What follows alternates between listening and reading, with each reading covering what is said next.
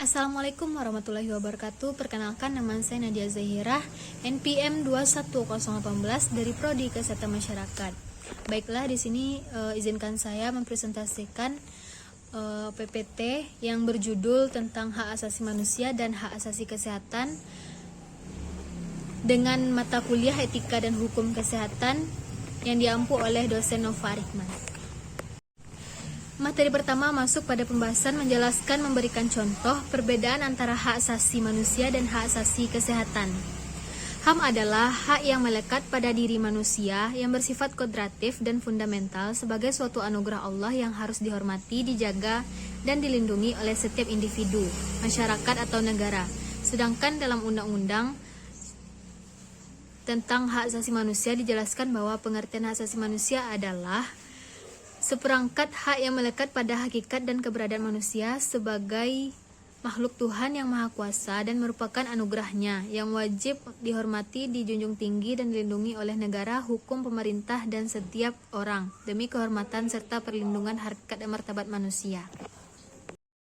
Contoh hak asasi manusia menurut Undang-Undang Nomor 39 Tahun 1999 tentang hak asasi manusia terdiri dari beberapa macam diantaranya.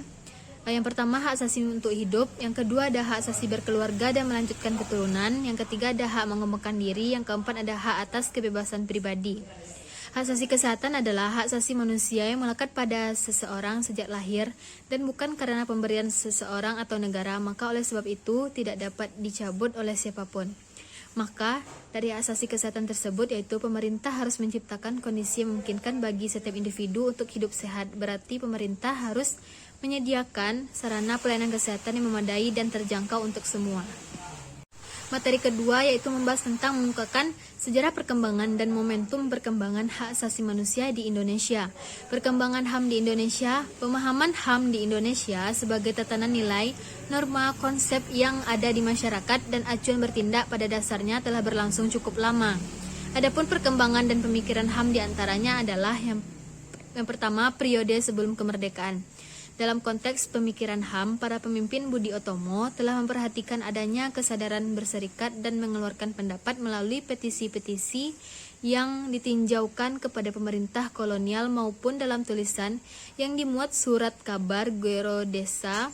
Bentuk pemikiran HAM Budi Utomo dalam bidang hak kebebasan berserikat dan mengeluarkan pendapat.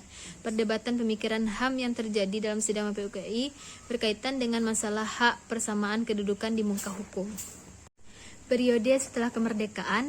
Pemikiran HAM pada periode awal kemerdekaan masih menekankan pada hak untuk merdeka, hak kebebasan untuk berserikat melalui organisasi politik yang didirikan, serta hak kebebasan untuk menyampaikan pendapat terutama di parlemen. Masuk pada hak asasi kesehatan di Indonesia pada periode 1998 sampai sekarang. Strategi penegakan HAM pada periode ini dilakukan melalui dua tahap, status penentuan dan tahap penataan aturan secara konsisten. Pada tahap penentuan telah ditetapkan beberapa penentuan perundang-undangan tentang HAM seperti amandemen konstitusi negara, ketetapan MPR, undang-undang, peraturan pemerintah, dan ketentuan perundang-undangan lainnya. Kesehatan sebagai hak asasi manusia terdapat pada Undang-Undang Dasar 1945. Amandemen Undang-Undang 1945 menambahkan hak asasi manusia secara lebih lengkap dan rinci, antara lain berisikan mengenai kesehatan sebagai hak asasi manusia. Pasal 28H ayat 1 Undang-Undang 1945 menyatakan bahwa setiap orang berhak hidup sejahtera, lahir dan batin, bertempat tinggal, dan mendapatkan lingkungan hidup yang baik dan sehat, serta berhak memperoleh pelayanan kesehatan. Pelaksanaan ditetapkan pada pasal 34 ayat 3 Undang-Undang 1945, yakni negara bertanggung jawab atas penyediaan fasilitas pelayanan kesehatan dan fasilitas pelayanan umum yang layak. Selanjutnya pada Undang-Undang Kesehatan disebutkan mengenai hak atas kesehatan mencangkup setiap orang mempunyai hak yang sama untuk memperoleh akses atau sumber daya di bidang kesehatan. Setiap orang berhak secara mandiri dan bertanggung jawab menentukan sendiri pelayanan kesehatan yang diperlukan bagi dirinya.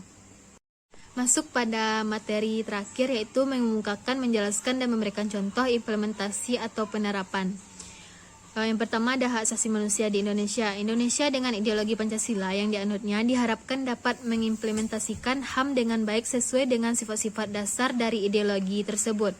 Menurut ideologi Pancasila, hak-hak asasi setiap rakyat Indonesia pada dasarnya diimplementasikan secara bebas, akan tetapi kebebasan tersebut dibatasi dengan hak asasi orang lain, sehingga walaupun terdapat kebebasan, namun kebebasan tersebut harus bertanggung jawab dengan memperhatikan dan tidak mengganggu hak asasi orang lain.